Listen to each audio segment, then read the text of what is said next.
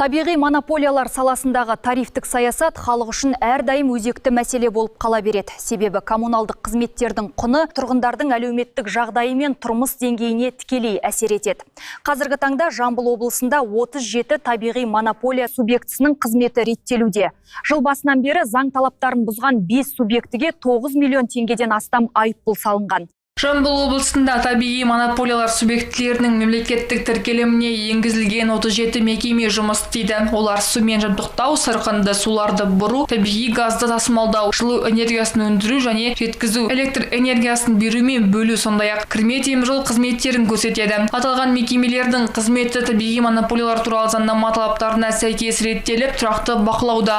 Табиғи монополиялар заңнамасына сәйкес негізгі мақсаттар ол тұтынушылар мен табиғи монополия субъектілер мүдделерінің теңгеріміне қол жеткізу, реттеліп көрсетілетін қызметтердің тұтынушылар үшін қажеттілігін қамтамасыз ету, табиғи монополия салаларында қызметті мемлекеттік реттеу рәсімдерінің жариялығы мен ашықтығын қамтамасыз ету, реттеліп көрсетілетін қызметтердің сапасын арттыруды және оларға сұранысты қанағаттандыруды ынталандыру, тұтынушылар мен табиғи монополия субъектілерінің мүдделерін қорғау қамтамасыз ету болып табылады. Бұдан бөлек департамент тарифтік жұмыстардың орындалуына тұрақты түрде талдау жүргізеді. Биыл жүргізілген жұмыстардың нәтижесінде бірқатар табиғи монополия субъектілерінің есепті уақытылы тапсырмағаны анықталған. Сондай-ақ жыл басынан бері 5 субъектіге қатысты әкімшілік құқық бұзушылық туралы іс қозғалып, жалпы сомасы 9 миллион 111 мың теңгеден астам айыппұл салынған. Берденқұл Мадина, Айдос Қыстаубек, Қордай 24 Ньюс.